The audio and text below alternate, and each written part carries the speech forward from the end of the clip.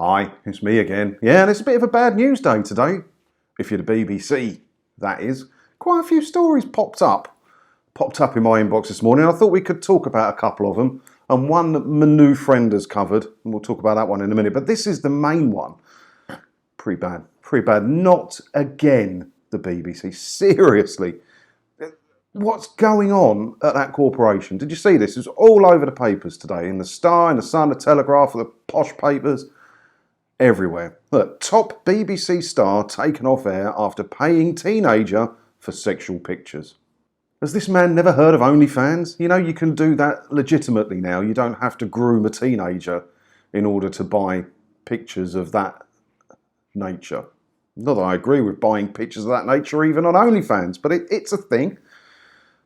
But yeah, can you believe this has happened again at the BBC? Another BBC sex scandal involving someone younger. Not illegally young by the looks of it, and we don't know who the person is either. But judging by the story, it must be a decent earner there. Look. The well-known presenter is accused of giving the teen more than £35,000 since they were 17 in return for sordid images. The alleged recipient's mother said they had used the cash to fund a crack habit. She added of the Star, "When I see him on the telly, I feel sick. I blame this BBC man for destroying my child's life, taking my child's innocence and handing over money for crack cocaine that could kill my child." All right, he's probably not responsible directly for the drug addiction, one of the worst addictions you can have. I'm sure he's not directly responsible for that, but if this person didn't have that amount of money coming in, would they have been able to fund that habit? Possibly. I don't know. It's just, we'll never know, will we? But it probably didn't help the situation much, did it? The family complained to the BBC about his behaviour on May the 19th and begged them to make the man stop sending the cash. Well, fair play to the BBC. May the 19th wasn't that long ago. Why he wasn't suspended on May the 20th, pending an investigation, don't know. Maybe they get a lot of allegations for stars. I would imagine you probably would. So what is it, a month and a half, almost 2 months to be taken off the air? Is that quick enough for you? I'd have liked to have seen it a bit quicker. Fair play to the BBC for actually taking them off the air and listening to allegations for once, because we all know they've got some previous there where they just sort of swept it all under the table. And credit where it's due. Could it have been quicker? It could have been quicker. They discovered that their child had been using the money to fund their spiralling addiction to crack. The furious mother told last night how her child had gone from a happy-go-lucky youngster to drug addiction is one of the worst things ever. I don't wish it on anybody. I don't know. At one time, he had sent £5,000 in one lump. The money had been in exchange for sexually explicit photographs of my child. And we don't know how old the kid was when this started. I believe it was 17.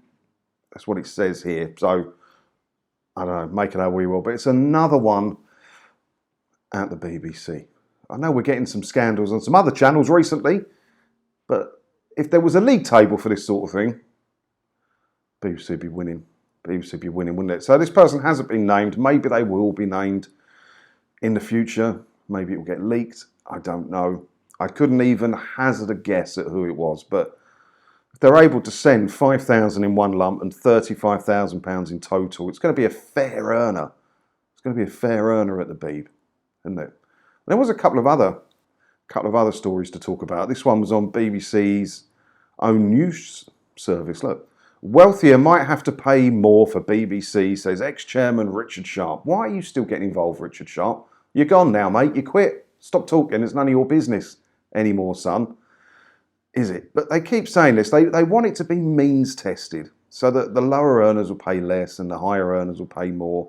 Is that fairer than everybody paying 159 quid a year? Or is the fairest way of all to scrap this stupid fee off and let the BBC find its own way, make its own money in the world like all the other channels have to do? And why is he still getting involved? Speaking to the Choppers Politics podcast, Mr. Sharp said he would be in favour of a form of mandatory payment like the licence fee, but highlighted some issues he had with it. One is that it's regressive, he said, meaning households and lower incomes pay the same price as wealthier households. This may need to be addressed, he added. Wind your neck in, John added. Asked if that meant there could be different scales of the fee linked to income, Mr. Sharp pointed to different models from around the world. There's a broadband tax, there's a household tax, and there's the licence fee, he said. Describing the licence fee as imperfect, he said, should be focused on whether it's a... No. You never see this debate. You see them talk about it all the time. People at the BBC talk about it all the time. It's always in debate at the moment with people in Parliament, people at the BBC. Have you ever heard them say, we're looking to make the BBC go commercial? Have you ever heard them say that? Why is the BBC above competing in the same marketplace as the other channels? ITV, Channel 4, Channel 5. Right, the Sky channels charge a subscription and show ads. I don't want to see that. And I know in Ireland, there's a lot of talk in Ireland at the minute about the licence fee. And I know they charge you a fee and show ads. I'm sure the BBC would love that. They would love that. But if they started showing ads, people would say, why are we paying? We're not that thick, are we? Why is the BBC put on a pedestal above being commercial? They're not scared of showing ads. They've got UK TV. It's owned by BBC Studios, 100%. Show ads on that, on BBC shows, all the time. They've just changed BBC News to be a world news service, which will have commercial breaks. You won't see them in the UK. But if you watch BBC News in your hotel room on holiday this year, you will see ads on the same news that people in the UK are watching. They're set up to do it. Just bloody do it and stop all this discussion. This doesn't need to be debated anymore after that, does it? You could just tell the BBC tomorrow, right, in 2027, the charter expires, you're on your own, do what you want. It's crazy. It's crazy. And then we've got this one, regional news services cut as industrial action continues. So the National Union of Journalists confirmed on Thursday late regional news was cancelled because of ongoing work to rule action. So BBC News was delayed until after 11 p.m. due to overrunning coverage of Wimbledon. The work to rule means staff will not work overtime beyond 11 p.m. I don't know. I know they've got problems there at BBC News and the changes and people aren't looking forward to the cuts and stuff like that. I don't like work to rule. It's your job. I mean, I've had to stay late at my job loads of times. I don't get paid overtime. Doesn't bother me. They're still paying my mortgage. They're still putting crisps in my cupboard and petrol in the car. I don't like the whole work to rule thing. And, you know, if you burn too many bridges, when the coal does come, those people who did stuff like that, they're going to be first to go, aren't they? But, yeah, there's loads of strikes. BBC News is in a mess. BBC Local is in a mess. The radio's got strikes all the time. Local news is now striking and working to rule. It's an absolute mess, the BBC. And it all comes from the top. It's just not being run right. And speaking of the top, my new friend over at Clown World YouTube sent me this morning. I thought we'd just brush on it, but I'll show you in a minute. BBC diversity head Joanna, can't pronounce that, to exit. So the diversity head was June Sarpong, then it was someone else, then it was her.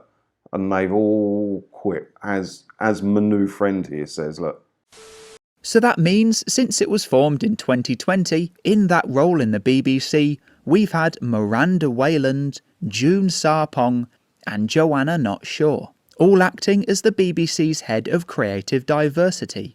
But does this look like a diverse bunch of people to you? Well, let's check the dictionary. So there's no point me talking too much about that because he's done it better than I could do it anyway. So I'll put a link below, go and watch his one, give him a sub as well. He's doing a lot more BBC and TV licence stuff, really taking the fight to it, and he puts a lot more work into his production than I put in, just sitting here looking at my iPhone with my dusty cabinets. So, I don't know. Sometimes you don't get a lot about the BBC in a week, and then sometimes it all kicks off in a week. But that BBC Top Star one, will we find out who that is? I don't know. Let me know what you think about all this down in the comments below. As always, thanks for watching. Hit the subscribe button, all the other buttons, and people say these things at the end of YouTube videos for some reason. No one watches till the end anyway, do they? And have a good weekend. I'm off to a party in a minute. And maybe I'll see you tomorrow, maybe Monday. Ta-da.